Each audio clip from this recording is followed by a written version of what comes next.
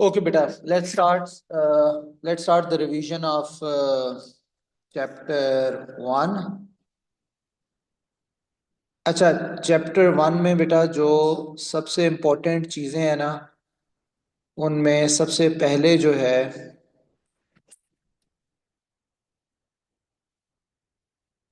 सबसे पहले एस्टिमेशंस।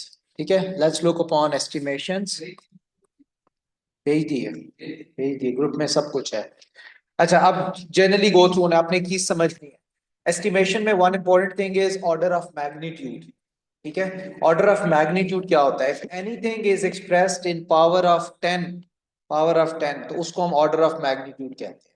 जैसे मिसाल के तौर पे स्पीड ऑफ लाइट इज 3 × 10⁸, लेकिन हम सिर्फ उसको 10⁸ लिखेंगे, 3 नहीं लिखेंगे साथ। तो जितनी भी एस्टिमेशन होंगी उनके अंदर हम 10 टू द पावर में उसकी वैल्यू बताएंगे, साथ कोई नंबर और नहीं होगा। ये आपने सीखना है। अब ये कैसे होगा? मिसाल के तौर पे अगर 6 × 10⁸ है तो इसको हम 10⁹ लिखेंगे। कैसे 9 लिखेंगे कि ये जो 6 है ना, 6 ये जो 6 है इसको राउंड ऑफ करेंगे 10 में, तो 10 जो है वो जाहिर है 10 पावर 1 होता है। तो इसलिए आ जाएगा 6 × 10⁸ की बजाय 10 × 10⁸, और ये 10 1 और 8 9 हो जाएगा, तो हम इसको 10⁹ लिखें। हाँ बेटा, हो सकते हैं ना, अब हमें पिछले देख के तो नहीं कह सकते ना, हम तो सिलेबस को हमने देखना है ना यार। ठीक है, okay. Then one more important thing, कि a quantity is an order of magnitude larger than other if it is about 10 times larger। कि अगर हम कहें कि यार ये क्वांटिटी दूसरे से बड़ी है, तब बड़ी होगी जब 10 टाइम्स बिगर हो। अगर 5 टाइम्स 6 टाइम्स 7 टाइम है, फिर वो बिगर नहीं होगी, फिर वो सेम होगी। राइट। अच्छा, उसके बाद इसी तरह लेट्स से स्मॉलर में भी यही होगा कि अगर वो 10 टाइम्स स्मॉलर हो, 10 टाइम्स, फिर हम कहेंगे कि these are different values, this is bigger, this is smaller. Right. Anything less than 10, तो we will say both quantities are same quantities. Let's say अगर एक क्वांटिटी 5 है और एक 6 है, 5 और 8 है, तो ये दोनों जो है, ये 5 को भी 10 में कर सकते हो, 8 को भी 10 में कर सकते हो, तो हम कहेंगे यार ये दोनों same quantities, they are not different, they are not different. ठीक है। अच्छा, similarly I have shared these notes, तो ये तो आपने जस्ट गो थ्रू करना है। ठीक है, और इसका कोई इतना इश्यू नहीं है। जिस तरह देखो, ये 2 × 10⁻⁶ है, तो इसको सिर्फ 10⁻⁶ लिखा है, चूंकि 2 जो है इसको हम राउंड ऑफ नहीं कर सकते। 9 × 10⁻⁴ है, तो इसको 10⁻³ लिखा है। कैसे लिखा है? बिकॉज 9 10 हो जाएगा, और फिर वो 10 पावर 1 - 4 करोगे तो 10⁻³ आ जाएगा। तो that's how this will be the answer. Okay. इसी तरह टेम्परेचर ऑफ सन 6000 केल्विन होता है, लेकिन उसको 10⁻⁴ लिखते हैं, क्योंकि 6000 को 6 × 10⁻³ लिखते हैं, और 6 को 10 में राउंड ऑफ कर सकते हैं, तो दैट्स वाई वो 10⁻⁴ हो जाएगा। राइट। इसी तरह जो 60 वॉट है, ये भी इंटरेस्टिंगली 60 वॉट है। अब 6.0 × 10⁻⁻1, लेकिन 6 को हम 10 में कर देंगे, तो 10 1 और 1 करके 10 पावर 2 हो जाएगी, तो इसको हम ऑर्डर ऑफ मैग्नीट्यूड में 10⁻² में लिखेंगे। एमसीक्यू के अंदर ये क्वेश्चन आ सकता है। ठीक है, वालेकुम अस्सलाम।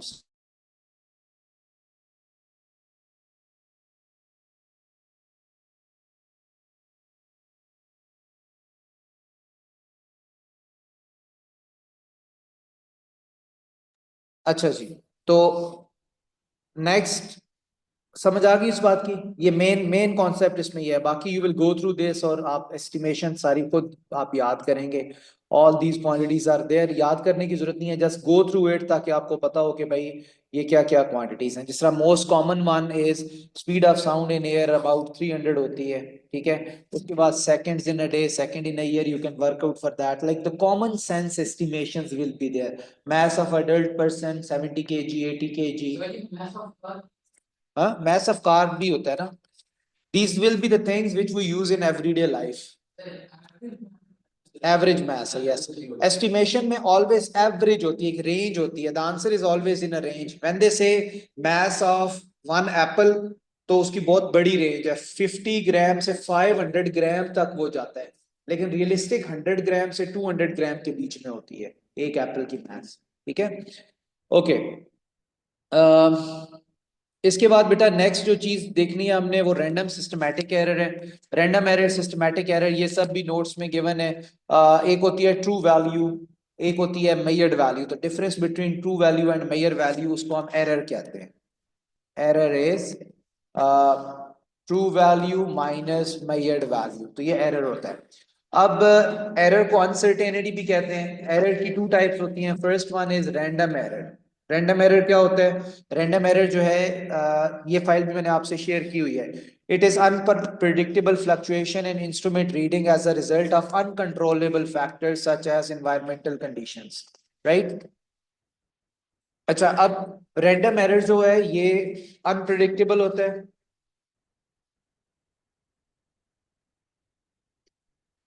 अच्छा, तो रैंडम एरर आपकी प्रिसिशन को अफेक्ट करता है, ठीक है। प्रिसिशन मतलब रीडिंग की प्रिसिशन अफेक्ट होती है। क्या मतलब? प्रिसिशन अफेक्ट होती है, मतलब अगर रैंडम एरर बहुत ज्यादा हो तो you are carelessly taking reading, तो आपकी रीडिंग स्कैटर्ड होगी। All the readings will be scattered, different readings आएंगी। रैंडम एरर को रिपीट करने का तरीका क्या है, रिमूव करने का तरीका क्या है? Repeat the reading and take average, right. Systematic error, systematic error system के अंदर एरर होता है, फॉल्टी इंस्ट्रूमेंट होता है, some flaws in experimental method होते हैं। उसके लिए आप क्या, ये आपकी एक्यूरेसी को इफेक्ट करते हैं। आपकी एक्यूरेसी आंसर की फैक्ट होती है। इसको आपने रिड्यूस करने के लिए क्या करते हैं? स्केल्स को रिकैलिब्रेट करते हैं, या डिफरेंट इंस्ट्रूमेंट यूज करते हैं, या करेक्शन और एडजस्टमेंट करते हैं, या करेक्ट टेक्निक यूज करते हैं, करेक्ट वैल्यू यूज करते हैं। ये फिक्स साइज एरर होता है। सिस्टमैटिक एरर जो होता है ये फिक्स्ड साइज एरर होता है। इसका साइज फिक्स्ड होता है। मतलब आप उस फॉल्टी इंस्ट्रूमेंट से जो भी रीडिंग मेजर करोगे उसमें एक जितना एरर आएगा। लेकिन रैंडम एरर में क्या होगा? रैंडम एरर में सारे एरर डिफरेंट होंगे। इनकी एग्जांपल्स क्या हो सकती हैं? रैंडम एरर क्या हो सकता है? Parallax error. और सिस्टमैटिक एरर क्या हो सकता है? जीरो एरर, ठीक है। ओके, जीरो एरर जिस हमने अभी देख लिया। इसके बाद precision accuracy, just go through कर रहे हैं, असल टॉपिक आगे ग्राफ और अनसर्टेनिटी वाला होगा। प्रिसिशन, प्रिसिशन क्या होती है कि how close your measurements are. If you are repeating some value तो how close those readings are. और इसी तरह प्रिसिशन जो है वो किस चीज के ऊपर डिपेंड करती है? इसके फैक्टर्स क्या होते हैं? इसके फैक्टर्स में पहला फैक्टर होता है लीस्ट काउंट। तो जितना इंस्ट्रूमेंट का लीस्ट काउंट कम होगा उतनी प्रिसिशन हाई होगी। और उसके बाद प्रिसिशन जो है वो inversely proportional to random error होता है। जितना रैंडम एरर कम होगा उतनी, नो सॉरी, इन्वर्सली प्रोपोर्शनल, जितना रैंडम एरर कम होगा उतनी प्रिसिशन जो है वो हाई होगी। तो it is inversely proportional to random error as well. Then accuracy, accuracy क्या होती है? एक्यूरेसी का मतलब है एक्यूरेट वैल्यू। तो if your measured value is closer to the true value, फिर हम उसको कहते हैं कि भाई आपकी एक्यूरेसी है दैट इज वेरी हाई। अच्छा, अब इन सब डायग्राम्स में देखो, इफ वी से कि ये जो फर्स्ट रीडिंग है, ये रेड वाला जो डॉट है, रेड डॉट, वो क्या है? That is your true value. Red is the true value. और उसके बाद बेटा ये जो सारे येलो वाले हैं, येलो वाले, द येलो वन, ये जो येलो वन है ये मेजर्ड वैल्यूज। तो आप देखो, अगर अगर तो आपको नजर आ रहा है कि भाई ये, बेटा आप क्यों आ गई हो? इसके लिए तो आपको तो जरूरत नहीं थी, आपको मैंने कहा था पेपर। चलो ठीक है, सही है। अच्छा, आप देखो आपकी मेजर्ड वैल्यू और ट्रू वैल्यू जो है वो एक जैसी है। तो इसका मतलब है कि ये एक्यूरेट भी है, और आपकी चूंकि सारे पॉइंट्स स्कैटर्ड नहीं है तो इसलिए प्रिसाइज भी है। यहाँ पे देखो, एक्यूरेट है क्योंकि इन सब येलो डॉट्स की एवरेज लो तो ट्रू वैल्यू आती है, लेकिन चूंकि ये थोड़े स्कैटर्ड है इसलिए ये प्रिसाइज नहीं है। इसी तरह अगर यहाँ देखो तो ये सब क्लोज हैं तो ये प्रिसाइज तो हैं, लेकिन चूंकि ये आपकी एवरेज ट्रू वैल्यू से फार अपार्ट है इसलिए ये एक्यूरेट नहीं, राइट। अच्छा, उसके बाद इसी तरह अगर हम लास्ट को देखें तो ये सब जो है, ये इन सब की एवरेज ये सेंटर नहीं बन रहा इसलिए एक्यूरेट नहीं है, और ये सब स्कैटर्ड भी हैं इसलिए ये प्रिसाइज भी नहीं, राइट। ओके, ये वाली just definition again I am telling you कि ये सब कुछ मैंने ग्रुप में शेयर कर दिया है। इसके शॉर्ट नोट्स भी शेयर कर दिए हैं जो मैंने खुद लिखे हैं, और एक और फाइल भी शेयर कर दी है। चैप्टर 1 के कंप्लीट नोट्स शेयर्ड हैं, आपने पढ़ने हैं, और आज इसके क्वेश्चंस जो हैं वो भी मैं शेयर करूंगा, वो सॉल्व करने हैं। आज के दिन आपने इस चैप्टर को जो है वो खत्म करना है, किसी और चीज पे फोकस नहीं करना, जस्ट चैप्टर 1 पे फोकस करना है। अच्छा, रिपीटेबिलिटी क्या होती है? देखो, जब हम कोई भी रीडिंग ले रहे होते हैं ना, तो हमें उसको रीडिंग्स को रिपीट करना पड़ता है, देखना पड़ता है कि ये करेक्ट है या नहीं। तो एक रीडिंग रिपीटेबल होती है अगर एक ओरिजिनल पर्सन जो पहले एक्सपेरिमेंट कर रहा था वो उसको रिपीट करे सेम मेथड के साथ, सेम इक्विपमेंट के साथ, और उसके पास सेम आंसर आ जाए। मतलब एक रीडिंग वो बार बार रिपीट कर रहा है, every time he is getting same answer, same answer, same answer. We say this process is repeatability. ठीक है। रिपीटेबिलिटी से हमें क्या पता लगता है कि हम कोई रैंडम एरर तो नहीं कर रहे, ये हमें पता लगता है कि कोई रैंडम एरर है या नहीं, कोई सिस्टमैटिक का नहीं पता लगता, सिर्फ रैंडम का पता लगता है। ठीक है। So repeatability only shows presence of random error. Random error can be detected. कैसे? देखो, आप एक रीडिंग रिपीट कर रहे हो, हर दफा सेम आंसर आ रहा है तो आप कहोगे रैंडम एरर नहीं है। लेकिन अगर हर दफा थोड़ा डिफरेंट आंसर आ रहा है तो आप कहोगे रैंडम एरर है। तो repeatability helps you to determine random error. इसी तरह नेक्स्ट जो है वो है reproducibility.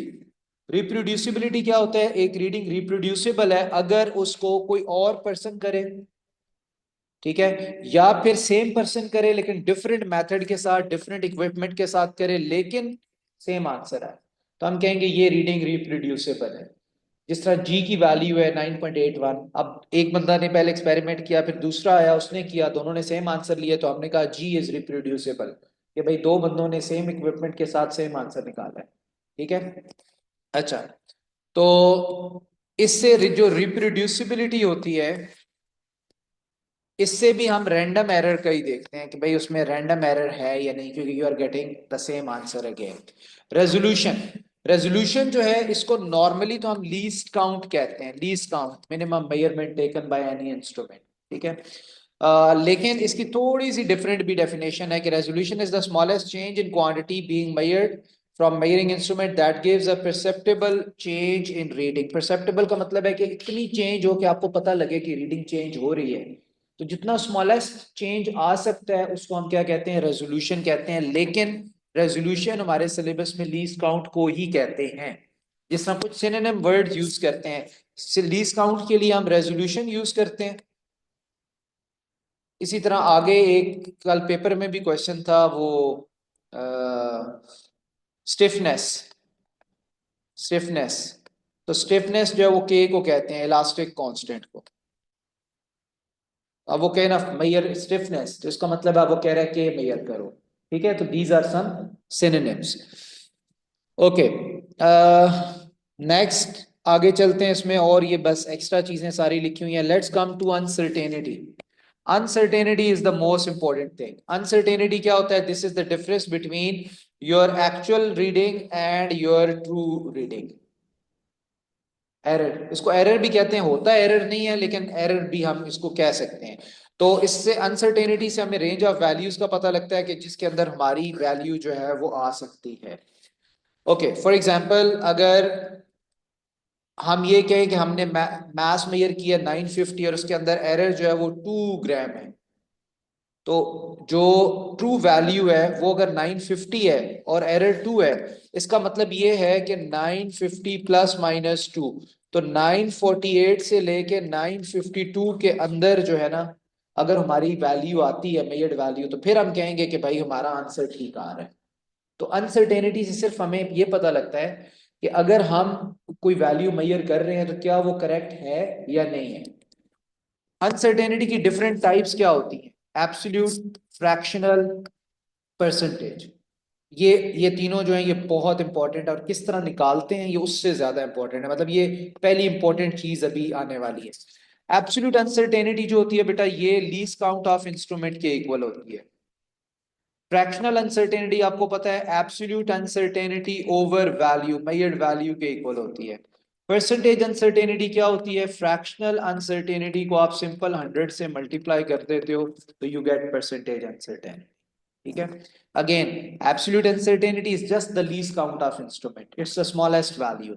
Fractional is absolute over measured value, and percentage is fractional into 100%। Okay, तो अच्छा, अब ये again this thing is more important, how to find different uncertainties. तो सबसे पहले देखो, सबसे पहले है अनसर्टेनिटी इन रीडिंग। रीडिंग क्या होती है? जो सिंगल डिटर्मिनेशन ऑफ क्वांटिटी है, ये होती है plus minus half the smallest division या लीस्ट काउंट डिवाइडेड बाय 2।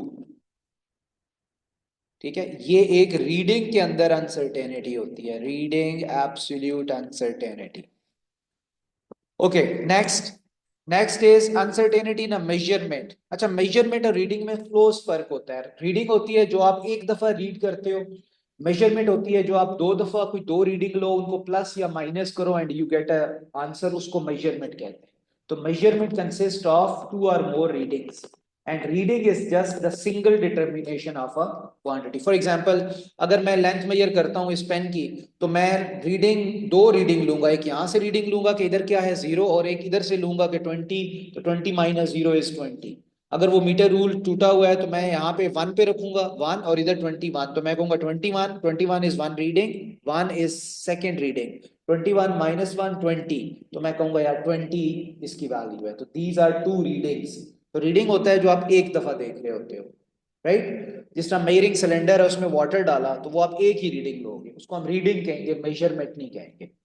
लेकिन जो आप मीटर रूल से लेंथ मेजर करोगे उसको हम क्या कहेंगे? उसको हम मेजरमेंट कहेंगे। जब भी दो रीडिंग आएंगी तो वो मेजरमेंट हो जाएगा, और एक रीडिंग आएगी तो वो रीडिंग होएगी, सिंपल। अच्छा, अनसर्टेनिटी इन मेजरमेंट सिंपल लीस्ट काउंट के इक्वल होती है, सिंपल लीस्ट काउंट। अच्छा, ये आगे वाले ज्यादा इंपॉर्टेंट है। अनसर्टेनिटी इन रिपीटेड डाटा, ये सबसे ज्यादा इंपॉर्टेंट ये वाली चीज, repeated data. Half the range largest minus smallest over 2, मतलब ये रिपीटेड रीडिंग, अभी कल क्वेश्चन भी मेरा ख्याल है इसका आया हुआ था, जिसमें you have repeated set of reading, तो उसको हम करते हैं maximum minus minimum divided by 2, that gives you absolute uncertainty in repeated reading, right? Okay, then uncertainty, ये भी बहुत इंपॉर्टेंट है, अनसर्टेनिटी इन डिजिटल रीडिंग, ये सबसे इंपॉर्टेंट है, क्योंकि इसका भी कल क्वेश्चन आया हुआ था, वो जो बैलेंस था और उस पे रीडिंग थी 16.1। तो अगर डिजिटल रीडिंग हो तो plus minus the last significant figure unless otherwise coated. Last significant figure का मतलब क्या है? कि अगर कोई भी मीटर हो, चाहे वो डिजिटल हो या एनालॉग हो, एनालॉग मीटर, इसकी जो अनसर्टेनिटी होएगी रीडिंग की, वो लास्ट सिग्निफिकेंट फिगर है। जिसमें कल 16.1 ग्राम था, तो इसकी जो एब्सोल्यूट अनसर्टेनिटी होगी वो 0.1 ग्राम होएगी, प्लस माइनस 0.1 ग्राम। ठीक है, ओके।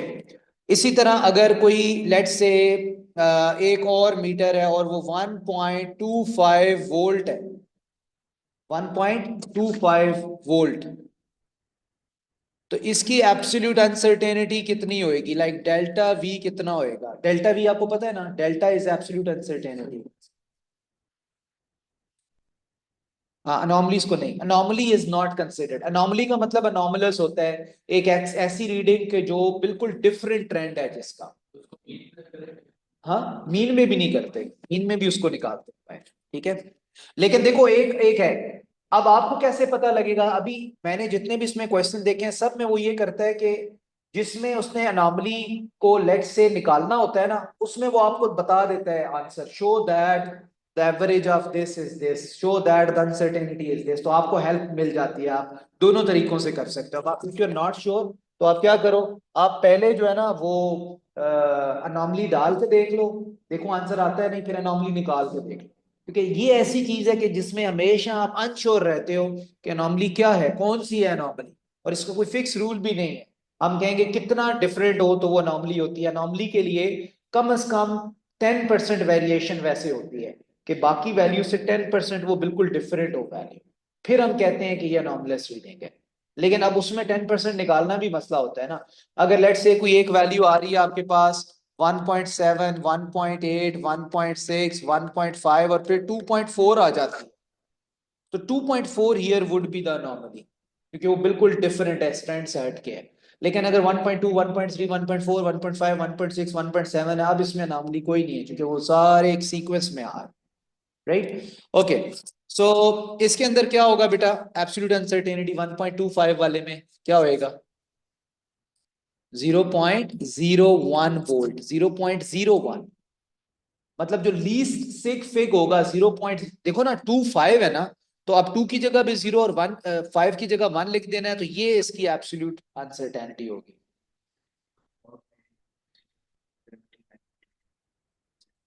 हाँ, वो परसेंट था। एब्सोल्यूट, एब्सोल्यूट जो है वो 0.01 लोगे। Absolute is quite simple. देखो, जो आपने लास्ट सिग्निफिकेंट फिगर है ना, लास्ट, उसको 1 लिखना है, बाकी डेसिमल से पहले जो है वो 0 आप लगाओ। जिस तरह ये 1.25 था, तो ये 0.01 होएगा। अगर ये होता 1.5, तो फिर ये 0.1 होता, फिर इसकी अनसर्टेनिटी 0.1 होती। Right? Simple is that. Clear? Okay, next thing.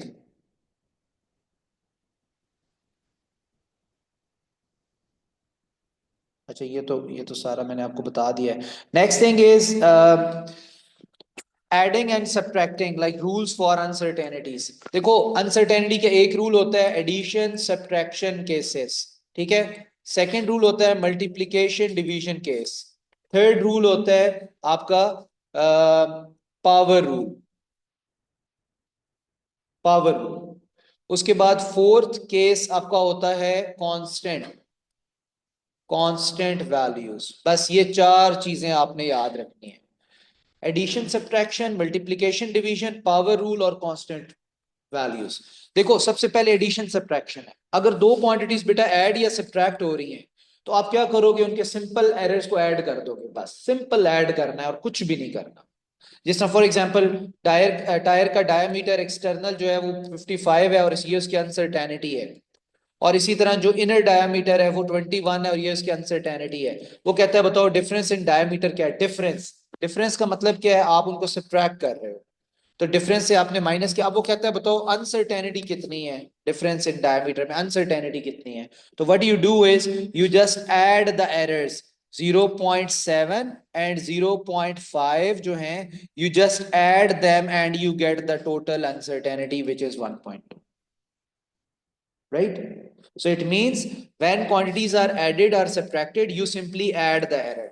Next thing is when you multiply or divide the data, तो फिर क्या होगा? अगर फॉर्मूला में मल्टीप्लीकेशन डिवीजन हो रही है, तो then how you will find that? For example, देखो, एक गाड़ी ने डिस्टेंस कवर किया 50 मीटर और उसमें अनसर्टेनिटी 0.1 मीटर है, टाइम 5.00 सेकेंड लगे और अनसर्टेनिटी 0.005 है। आप देखो इसमें कौन सी अनसर्टेनिटी गिवन है? आपको एब्सोल्यूट अनसर्टेनिटीज आर गिवन। जहां पे ना समझ आ रही हो डिस्कस भी कर लेना, थोड़ा हम जरा फास्ट पेस पे हमें ये करना है। ओके, तो अब they ask you to find speed, they ask you to find speed and they ask you to find the absolute uncertainty in speed as well. तो अब आप क्या करोगे? आप स्पीड तो निकाल लोगे डिस्टेंस ओवर टाइम से, ठीक है। अनसर्टेनिटी कैसे निकालोगे? चूंकि आप देख रहे हो यार ये दोनों चीजें डिवाइड हो रही हैं, तो आप इनकी अनसर्टेनिटीज को आप ऐड नहीं कर सकते। उसके लिए डिफरेंट रूल है। तो इसके लिए बेटा दो रूल्स हैं। अगर क्वांटिटी मल्टीप्लाई या डिवाइड हो रही हो, तो उसके लिए टू रूल्स हैं: रूल 1, रूल 2। रूल 1 क्या है? रूल 1 इज, अगर एब्सोल्यूट अनसर्टेनिटीज गिवन है डाटा में, तो रूल 1 होगा। रूल 2, अगर परसेंटेज अनसर्टेनिटीज गिवन है, तो फिर रूल 2 होगा। यहां कौन सी गिवन है? एब्सोल्यूट गिवन है ना, तो रूल 1 लगेगा। अब रूल 1 क्या होगा? रूल 1 हम कैसे लगाएंगे? रूल 1 ये होगा कि add fractional uncertainties, add fractional uncertainties. तो देखो, आपने फ्रैक्शनल अनसर्टेनिटी ऐड की है, delta S over S plus delta T over T, and you will get fractional uncertainty in speed. तो add the fractional uncertainties to get the fractional uncertainty. तो आपने ये fractional uncertainty में सारा data लिखा and you solve it, और आपके पास ये आ गई फ्रैक्शनल। लेकिन ये अभी फ्रैक्शनल अनसर्टेनिटी आई है आपके पास, दिस इज फ्रैक्शनल अनसर्टेनिटी। अच्छा, इसके बाद आपने एब्सोल्यूट अनसर्टेनिटी निकालनी है। तो एब्सोल्यूट के लिए व्हाट यू डू इज कि आपके पास जब ये आ गया ना delta V over V is 0.012, अब इस v को उधर जाके आपने मल्टीप्लाई कर देना है and you will get that, right. Okay, so ये आपके पास देखो एब्सोल्यूट अनसर्टेनिटी आ गई 0.1। इसी तरह अगर आपको गिवन होती ना परसेंटेज अनसर्टेनिटी, लेट से वो कहता है भाई ये 2% है और ये 3% है, तो फिर रूल 2 क्या होता है परसेंटेज अनसर्टेनिटीज, उसमें you simply add percentage uncertainties, 2 + 3 5। तो आप कहेंगे भाई स्पीड में कितना परसेंटेज एरर है, 5% एरर है। सो इट मीन्स के जो सेकेंड रूल है अगर वो मैं यहां लिख दूं तो second rule is quite simple to use. First rule थोड़ा मुश्किल था, रूल 2 इजी है जिसमें percentage uncertainties are given, that is very easy. और वो कैसे इजी है, आप क्या करोगे सिंपली ऐड परसेंटेज अनसर्टेनिटीज, लेकिन आपको मिलेगा भी फिर परसेंटेज अनसर्टेनिटी इन वी, जिस तरह आपको मिलेगा delta V over V into 100%, इसको परसेंटेज अनसर्टेनिटी कहते हैं, तो वो 5% मिलेगा अगर ये 2 और 3 है, ठीक है। Next, next rule is power rule, raise to power या पावर रूल। अब पावर रूल में ये होता है, फॉर एग्जांपल आपने एक चीज का डायमीटर मेजर किया वर्नियर कैलिपर से और आपको कहा गया यार फाइंड वॉल्यूम और find percentage uncertainty in volume, percentage uncertainty in volume, ये क्वेश्चन है। या find absolute uncertainty in volume, ये भी हो सकता है, दिस इज द क्वेश्चन। अब आपने कहा कि भाई आपके पास इसकी रीडिंग आ रही है 2.50 सेंटीमीटर, ये डायमीटर की रीडिंग आ रही है, तो आपको पता है v इज 4/3 πr³ होता है, ये डाटा बुकलेट में लिखा भी होता है इंसर्ट शीट में, last value right bottom corner पे यही होती है। तो इसमें फिर आप 4/3 पाई और ये जो d है, अब d आपके पास ये आपके पास लेट से रेडियस 2.5 आया है, मतलब अगर आपने डायमीटर मेजर किया हो तो डायमीटर इसका जो है वो 5 होगा, इधर तो रेडियस लिखा हुआ है ना, तो लेट से डायमीटर इसका 5 आया था, आपने 5 को 2 पे डिवाइड किया तो रेडियस आ गया। आपने क्या किया, रेडियस को यहाँ लिखा और आपने इसको सॉल्व किया तो वॉल्यूम आपके पास आ जाएगा। लेकिन अब एब्सोल्यूट अनसर्टेनिटी इन वॉल्यूम कैसे निकालेंगे, देखो इसमें दो चीजें, एक ये कांस्टेंट है 4/3 और ये पावर है, तो two things are being used over there, this is constant and this is power rule. तो बेटा कांस्टेंट को हम क्या करते हैं, इग्नोर करते हैं एरर निकालते वक्त, और पावर को हम क्या करते हैं, पावर को हम उस वैल्यू से मल्टीप्लाई कर देते हैं, जैसे delta V over V is 3 delta R over R, right. तो बस अब आप बाकी सारी वैल्यूज यहाँ लिख दोगे और यू विल गेट, ये फ्रैक्शनल एरर है, अगर आपको एब्सोल्यूट एरर निकालना है तो 3 delta R by R into volume करोगे तो you will get the uncertainty in volume. जिस तरह यहाँ गिवन है कि रेडियस में अनसर्टेनिटी 0.02 है, तो आप यहाँ इसकी जगह 0.02 लिखोगे, आर की जगह आप 2.5 लिखोगे और वी की जगह जो आपने वॉल्यूम यहाँ से निकाला होगा वो लिखोगे, तो you will gate percentage uncertainty in volume, जो आपके पास यहाँ पे नीचे आ जाएगी ये 1.53। ओके, अब अभी इसके ये तो जस्ट कोई गो थ्रू करा रहा हूँ, फिर अभी असल में हमने इसके क्वेश्चंस जो है ना वो करने हैं, क्वेश्चंस करेंगे असल में, तो वहां से ज्यादा अंडरस्टैंडिंग बेहतर वहां से बनेगी। Last thing before we start the question, last thing is error bars. Error bar कितने लोगों को आते हैं सही तरह, एक, बाकियों को नहीं पता, okay let's do error bar. Error bar क्या होता है बेटा, error bar is a way to represent uncertainty in a measured value on the graph, ठीक है। ग्राफ के ऊपर अनसर्टेनिटी को रिप्रेजेंट करने का एक जो तरीका होता है उसको हम क्या कहते हैं, एरर बार कहते हैं। एरर बार, एरर बार, बार मतलब एक लेंथ होती है, तो ग्राफ के ऊपर उस क्वांटिटी में कितना एरर है वो आपने एक बार से दिखाना है, उसको एरर बार कहते हैं। अच्छा, आप देखो फॉर एग्जांपल ये हमने ये सारे एरर बार्स बने, एरर बार अगर आप नॉर्मल ग्राफ बनाओ तो नॉर्मल ग्राफ हमेशा आप इस तरह बनाते हो, बस डॉट या क्रॉस लगाते हो या डॉट लगाते हो, ऐसे ही होता है ना, this is the normal graph. अब आपने एरर बार बनाना है, तो एरर बार का मतलब ये है कि जो हर क्वांटिटी है इसके अंदर कोई ना कोई एरर होगा, तो वो एरर आपने यहाँ पे रिफ्लेक्ट करना है इस तरह एक बार बना के। अच्छा, ये बार जो है ये वर्टिकल भी हो सकता है, इसको कहते हैं वर्टिकल एरर बार, वर्टिकल और हॉरिजॉन्टल दोनों हो सकते हैं। फॉर एग्जांपल अगर मैं ये बना रहा हूं तो इसको मैं क्या कहूंगा, this is vertical error bar, vertical error bar. अगर मैं इसको इस तरह बना रहा हूं तो इसको मैं क्या कहूंगा, ये क्या होएगा, हाँ, हॉरिजेंटल एरर बार। अब द थिंग इज कि भाई ये बनाएंगे कैसे हम, क्वेश्चन कम्स इन माइंड कि ये लेंथ कितनी बनाएंगे। तो देखो ये जो बीच में पॉइंट है ये आपका एक्चुअल पॉइंट वैल्यू होती है ये वाली। उसके बाद आप इससे ऊपर जितना जा रहे हो, इससे ऊपर जितना जा रहे हो ये लाइन, ये एरर बार की लेंथ। और ये जो ऊपर लाइन लगाई हुई है ये सिर्फ उसको दिखाने के लिए कि बस हम यहां तक बना रहे हैं। उसके बाद जितनी लाइन ऊपर जाती है उतनी लाइन ही नीचे आती है, और फिर ये दिखाने के लिए कि हम यहां तक लाइन को बना रहे हैं, ये एरर बार होता है, राइट। तो लेंथ ऑफ एरर बार क्या होता है बेटा, यहां से लेके यहां तक ये जो चीज है इसको हम लेंथ ऑफ एरर बार देंगे, L is the length of the error bar. अब ये लेंथ निकालते कैसे, absolute uncertainty value divided by small square value, this is your formula। ये नोट्स में भी सबको जो बता रहा हूं उधर लिखा हुआ है, ठीक है। absolute uncertainty, हाँ, आई हैव शेयर्ड दीज वैल्यूज, ये वाले शॉर्ट नोट्स जो है ना ये मैं बता रहा हूँ, ये सब कुछ एवरीथिंग इज ओवर देयर, ये मैंने ग्रुप में पीडीएफ बना के शेयर कर दी है, ठीक है। ये आपकी मेन चीज है, एक्सट्रैक्शन है, इसको याद करना है सारा, ठीक है। अच्छा, तो length of error bar is absolute uncertainty over small square value. Small square value क्या मतलब, देखो एब्सोल्यूट अनसर्टेनिटी तो हमें उस वैल्यू में पता होगी कि कितनी है, अभी मैं एक क्वेश्चन के थ्रू भी आपको दिखाता हूँ उसे। स्मॉल स्क्वायर वैल्यू कैसे होगी, आप यहां से देखो 0 से 1 तक, लेट से 1 2 3 और 4 5 स्क्वायर, तो स्मॉल स्क्वायर वैल्यू कितनी होगी बाय एक्सिस पे,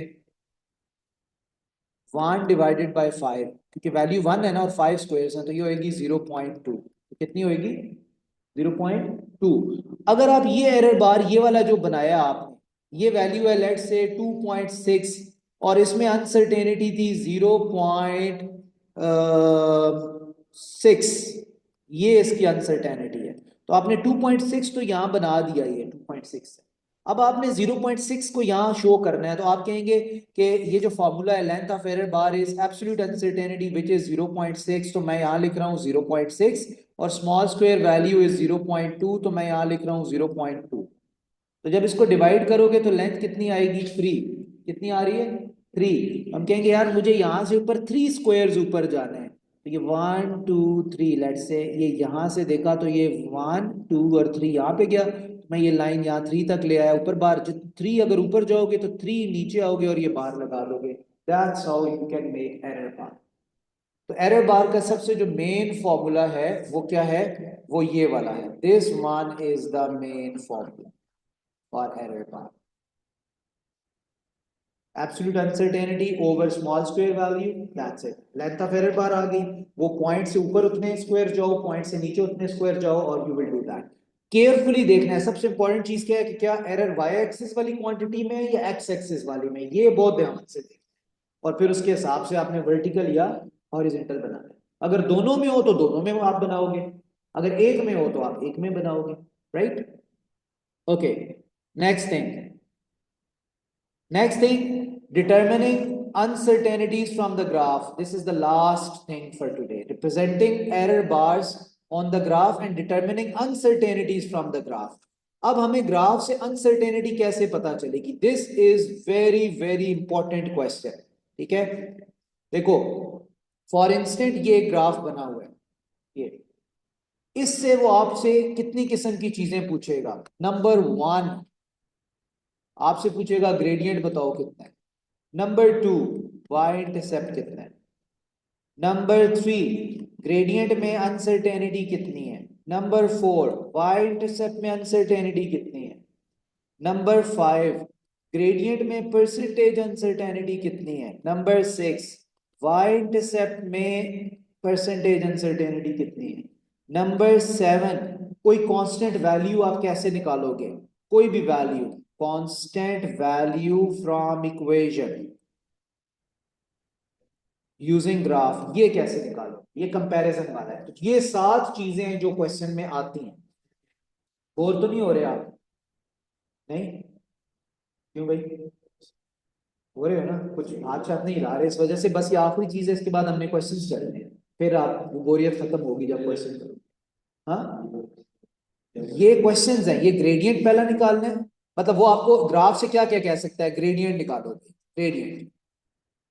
दूसरा क्या कह सकता है, इसका वाई इंटरसेप्ट निकालो। अब देखो, ग्रेडियंट अगर आपने निकालना है, आपने ये जो पॉइंट्स ड्रॉ किए हुए हैं एरर बार्स के साथ, इसमें 3 लाइनें बनी हुई हैं, 3 lines are there. One is the dotted line. Dotted line कौन सी है?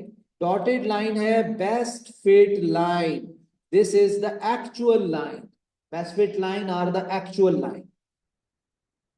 डॉटेड लाइन, ये जो डॉटेड लाइन है ये क्या है? ये बेस्ट फिट लाइन है, जो हम वैसे नॉर्मल ग्राफ में बनाते हैं। उसके बाद बेटा 2 लाइनें और यहां बनी हुई हैं, ठीक है। एक लाइन जो है वो स्टीपेस्ट वर्स्ट ग्रेडियंट है, स्टीपेस्ट। स्टीपेस्ट वाली क्या है? जो लाइन, अब थोड़ी सी यहाँ पे ये लाइन ना है, थोड़ी सी गलत ड्रॉ की हुई है। जो स्टीपेस्ट, अच्छा एक सेकेंड, एक डॉटेड लाइन है, दूसरी होती है स्टीपेस्ट वर्स्ट फिट लाइन, और तीसरी होती है शैलोएस्ट वर्स्ट फिट लाइन। ठीक है, स्टीपेस्ट एंड शैलोएस्ट। अच्छा, अब जो बेस्ट फिट है वो आपने डॉटेड बना दी। वैसे आप सॉलिड भी बना सकते हो, जरूरी नहीं है डॉटेड। डॉटेड नहीं बनानी, सॉलिड ही आपने बनानी। इस ग्राफ में डॉटेड बनी हुई थी, इसलिए मैंने कहा कि dotted line best fit line. अब आपने अगर स्टीपेस्ट वर्स्ट फिट लाइन बनानी है, स्टीपेस्ट, तो आपने पहले एरर बार के बॉटम को, किसको? पहले एरर बार के बॉटम को लास्ट जो एरर बार का टॉप है उसके साथ एक लाइन मिला, स्केल रख। और आपने लाइन ड्रॉ कहां से करनी है? मिडल ऑफ द एरर बार से, साइड से नहीं, मिडल से। ये मिडल से जाए, तो लेट्स से ये लाइन यहां मिडल से जाएगी और जाके इसके टॉप को टच करेगी। This is your steepest line. उसके बाद आपने शैलोएस्ट अगर बनानी है, तो शैलोएस्ट लाइन जो है वो हम कैसे बनाएंगे? फर्स्ट के टॉप से लास्ट का जो बॉटम है आप उसको मिलाएंगे, तो आपके पास शैलोएस्ट लाइन है। जो ओरिजिनल लाइंस बनी है थोड़ी खराब बनी है। तो मतलब आपने क्या करना है, आपने जब भी एरर बार्स बनाने हैं, जिस तरह अगर लेट्स से मैं यहां पे बनाऊं, मेरा ये पहला एरर बार ये था, बीच में और बहुत सारे हैं, और लास्ट वाला ये है, this is last, this is last, this is first. तो अगर मैंने बेस्ट फिट लाइन बनानी है, तो फिर तो मैं ये करूंगा कि भाई मैं एक ऐसी लाइन बनाऊंगा जिसमें वो मैक्सिमम एरर बार उसके अंदर आ रहे हो।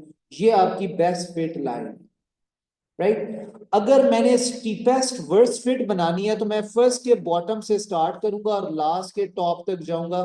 मिडल से, ये मिडल से यहां से स्टार्ट करके मैं यहां पे गया, ये मेरी स्टीपेस्ट वर्स्ट फिट लाइन।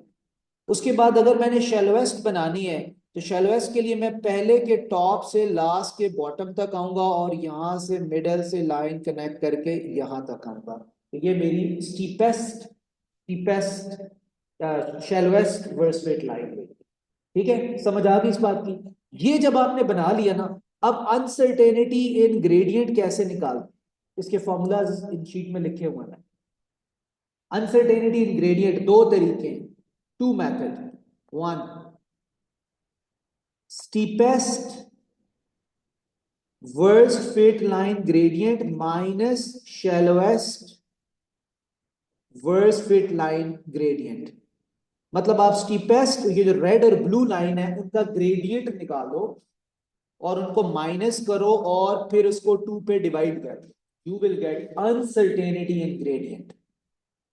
ठीक है, number 2 method, number 2, steepest fit line gradient minus best fit line gradient, that's it. इसमें डिवाइड बाय 2 नहीं करना। मतलब देखो, एवरेज जो हम लेते हैं ना, ये कौन सा मेथड, पहले वाला कौन सा मेथड है? वो एवरेज वाला, जिसमें रिपीटेड रीडिंग हो तो मैक्सिमम माइनस मिनिमम ओवर 2 करते हैं। तो शैलोएस्ट स्टीपेस्ट माइनस शैलोएस्ट ओवर 2। दूसरे वाला मेथड नॉर्मल मेथड है कि भाई आपने स्टीपेस्ट निकाला red line minus black line minus actual, तो ये इसको डिवाइड बाय 2 नहीं करना। इसी तरह अगर आपने वाई इंटरसेप्ट का अनसर्टेनिटी निकालनी हो, तो उसके भी 2 मेथड क्या होंगे बताओ जरा। यही वाला steepest steepest worst fit line y intercept minus shallowest worst fit line y intercept divided by 2। और उसके बाद नंबर 2 क्या हो सकता है? Steepest worst fit y intercept minus best fit y intercept, that's it. उसको डिवाइड बाय 2 नहीं करेंगे। इसी तरह अगर परसेंटेज निकालना है तो इसमें परसेंटेज कैसे निकालोगे? Percentage uncertainty in gradient. तो आप कहोगे एब्सोल्यूट अनसर्टेनिटी इन ग्रेडियंट जो मेथड 1 या 2 से निकाला है divided by actual gradient multiplied by 100, that's it.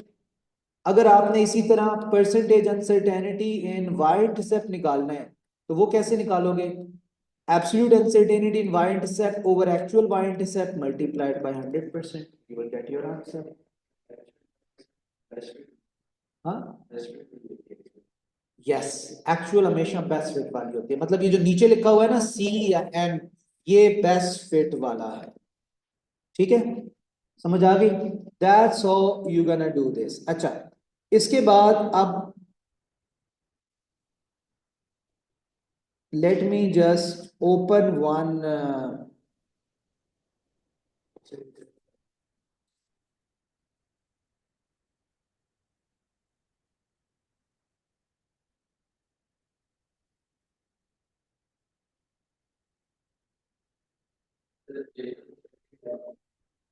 हाँ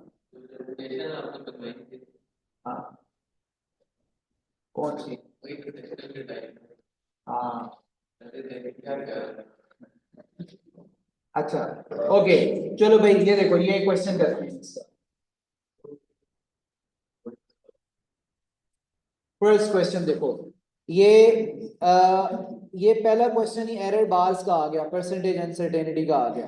देखो वो ये कह रहे हैं कि ये ग्राफ बना हुआ है और what is the percentage uncertainty in the value of y intercept that can be deduced from this graph. y intercept में परसेंटेज अनसर्टेनिटी कितनी है?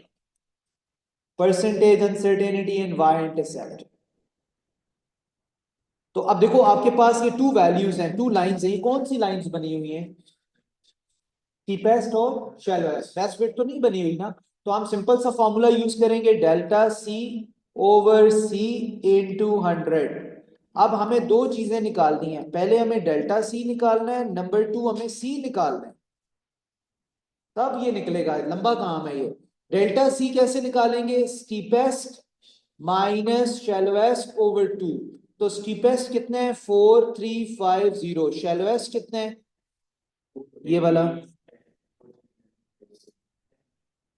हाँ 4310 डिवाइडेड बाय 2, तो ये कितना आएगा? 15 20 सॉरी 20, तो ये तो आ गया 20। अब सी कितना आएगा? सी होते हैं ऐड करते हो स्टीपेस्ट प्लस शैलोएस्ट ओवर 2, एवरेज। इसकी एवरेज लोगे, देखो एवरेज, दोनों की एवरेज लोगे तो डिवाइड बाय 2, तो वो आपका बेस्ट फिट आ जाएगा ना। तो दैट्स वाई आप करोगे 4350 प्लस 4310 ओवर 2, तो ये आपके पास आ जाएगा 4330। अब बस आप इसमें वैल्यूज लगा दो, यहाँ पे वैल्यू लगाओ और देखो व्हाट इज द आंसर। तो ये आएगा 20 ओवर 4330 मल्टीप्लाइड बाय 100, तो यू गेट योर आंसर। हाँ, 0.5। So let's look at this. अच्छा, अब 0.5 बेटा, ये जो सर्कल है इसको आपने अच्छी तरह शेड कर देना है, ये डार्क शेड करना है, dark shade only circle, that's it, और कुछ नहीं करना, वरना नंबर नहीं मिलेगा उसका। ठीक है, पेन से कर लो, पेन से। देखो पेंसिल से इसलिए करते हैं कि अगर आपको बाद में पता लगे यार ये तो गलत कर दिया, अब मैं क्या करूं, अब फिर आप मिटा के दूसरा कर सकते हो। अगर पेन से कर दिया फिर मिटा नहीं सकोगे, फिर यू लूज योर मार्क्स। हाँ, अच्छा, हाँ ठीक है ठीक है, that was skip from my mind, फिर ठीक है। और दूसरा, चूंकि ये सेम पार्ट, ये सेम पेपर में है ना, कैम्ब्रिज में ऐसा नहीं होता ये, क्योंकि AQA में वो सारा चल रहा है ना, थ्योरी भी चल रही है, MCQ भी चल रही है, तो फिर वो स्कैन मशीन से नहीं करते, फिर ये खुद सेल्फ चेकिंग होती है, दैट्स व्हाई। ओके, अब ये देखो, अब वैल्यू ऑफ जी, ये कल आया भी हुआ था। तो देखो इसमें एक वैल्यू गिवन है ना, तो इसका जो लीस्ट काउंट होएगा वो 0.01 होएगा। हाँ, ये एब्सोल्यूट है ना, तो नीचे तो परसेंटेज पूछा हुआ है ना, तो परसेंटेज होएगा डेल्टा जी ओवर जी इनटू 100। तो डेल्टा जी 0.01 है, उसको 9.81 से किया, मल्टीप्लाइड बाय 100 किया, एंड यू गेट 0.1। तो फिर ये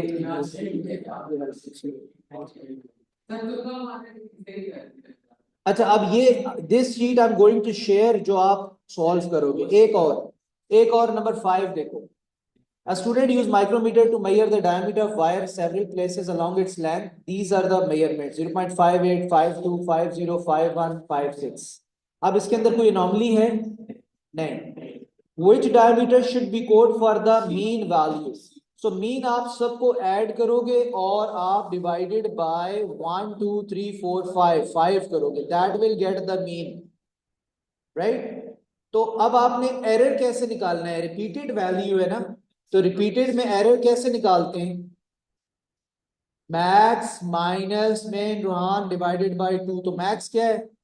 58, मिन क्या है? 50।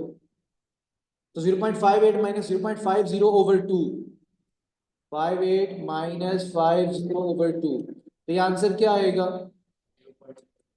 0.04। ठीक है, सो दैट्स वाई ये 0.04। तो सी एक और चीज, इसमें अगर 2 से 2 डेसिमल प्लेस है तो इसमें भी 2 डेसिमल प्लेस होने चाहिए। Decimal places should be same as well. कौन सा? हाँ, yeah that is important.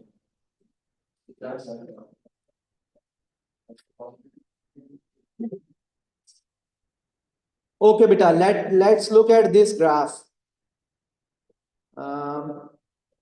Yeah, maybe, yeah, this graph. Acha beta, look, there is an experiment going on and they give you the value f square is equal to 1 over 4 lm times t. They tell you everything कि ये क्या क्या क्या है, frequency, length, mass and time. अच्छा, उसके बाद this is f square and here is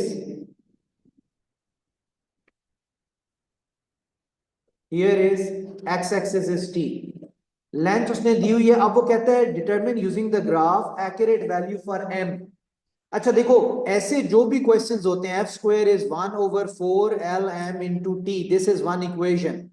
और ये जो ग्राफ होते हैं बेटा, ये हमेशा स्ट्रेट लाइन ग्राफ होते हैं, याद रखना है ये बात, हमेशा स्ट्रेट लाइन ग्राफ होंगे। और स्ट्रेट लाइन ग्राफ की इक्वेशन होती है y is equal to M X plus C. तो आपने क्या करना है, आपने इस इक्वेशन को y is equal to M X plus C के साथ कंपेयर करना है।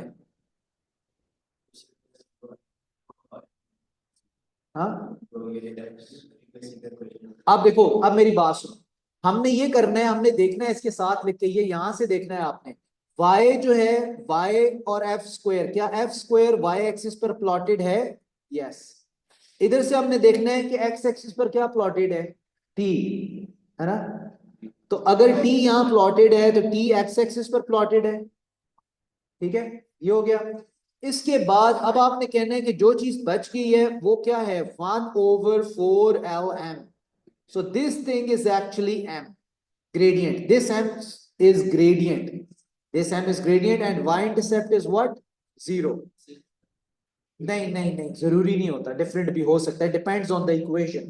ठीक है, तो हम यहां से कहेंगे कि देखो जो ग्रेडियंट है वो 1 ओवर 4 एल एम के इक्वल है। समझ आइए इस बात की या नहीं? Gradient is 1 over 4 ln. This m is gradient. ये वाला m gradient है, 2 m आ गए ना, ऊपर वाला m mass है, ये m gradient है, तो इसलिए मैंने उस m की जगह gradient लिख दिया है। अब आपने ये m निकालना है तो इसको आप सब्जेक्ट बना लो 1 over 4l into gradient। ठीक है, अब आपने ऊपर से बेटा ग्रेडियंट निकालना है। ग्रेडियंट निकालने का बेहतरीन तरीका क्या होता है? ग्रेडियंट निकालने का बेहतरीन तरीका ये होता है कि पहला और आखिरी पॉइंट लो और उनके कोऑर्डिनेट्स देखो, x1 y1 ये कितना है, x1 कितना है, y1 कितना है, इधर इसी तरह x2 y2 ढूंढो कितना है, और फिर आप ग्रेडियंट निकालो y2 minus y1 over x2 minus x1, you get the gradient. वो भाई इसमें दो चीजें हैं, एम मैथ्स भी है, एम ग्रेडियंट भी है ना। जी जी बिल्कुल, तो एम मैथ्स है, मैं मैथ्स ही निकाल रहा हूँ ना। क्या हो गया है? ये जो m है ये ग्रेडियंट होता है, इस ऊपर m मैथ्स है, इसलिए मैंने इस m की जगह ग्रेडियंट लिखा है कि यार ये ग्रेडियंट है, ताकि m के साथ आप कंफ्यूज ना हो जाओ। अनफॉर्चुनेटली ग्रेडियंट की सिंबल भी m होती है ना, तो अगर क्वेश्चन में कहीं से m आ गया तो अब आप तो परेशान हो जाओगे कि दो m आ गए, इनका मैं क्या करूं। तो इसलिए ये जो स्ट्रेट लाइन इक्वेशन में m होता है, इसको m ना लिखो, इसकी जगह ग्रेडियंट लिख लो, g लिख लो, कैपिटल जी। मतलब ये इसकी जगह आप कैपिटल जी लिख लो, राइट, ताकि कंफ्यूजन ना हो। अच्छा, अब आपके पास लेंथ गिवन है, ग्रेडियंट आपने ऊपर से निकाल लिया, यहां पुट करो, you will get the value of m। That's how you will get this value, right, that's it. हाँ, मतलब you need to practice these questions a bit more, ठीक है, ये जो ग्राफ वाले क्वेश्चंस हैं। हाँ, I am going to send you this sheet. अच्छा, अभी देखो आज का आपका टास्क क्या है। नंबर वन, आपने कंप्लीट रिवीजन करनी है, complete revision chapter one. What I will be doing is I will be uploading a test as well, self assessment test, test and marks की। आप चैप्टर वन करोगे, आप question solve करोगे, ठीक है। उसके बाद नंबर थ्री, आप क्वेश्चन ग्रुप में डिस्कस करोगे, ठीक है, जो आपसे नहीं होगा। देखो पूरा इसका पूरा प्रोटोकॉल सारा फॉलो करना है, तब ये चैप्टर कंप्लीट होगा। करके उसके बाद आप टेस्ट करोगे, सेल्फ असेसमेंट टेस्ट, ठीक है। इसका टेस्ट और मार्किंग सी मैं अपलोड करूंगा, आप टेस्ट सॉल्व करोगे, फिर उसके बाद मार्क्सिंग खोलोगे, चेक करोगे, अपने आप को मार्क करोगे। जो प्रॉब्लमेटिक एरियाज हैं उनको आप हाईलाइट करोगे, अगेन प्रॉब्लमेटिक एरियाज हाईलाइटेड, और फिर उसको आप मुझसे फर्दर लास्ट डिस्कशन करोगे, आखिरी डिस्कशन उस चैप्टर की। इस तरह करके आपका ये चैप्टर कंप्लीट हो जाएगा, और believe me if you follow this pattern तो फिर कोई मसला नहीं होगा आपको, इंशाल्लाह आपका पेपर बहुत अच्छा होगा इंशाल्लाह, ठीक है। ओके, चलो इंशाल्लाह फिर कल जो है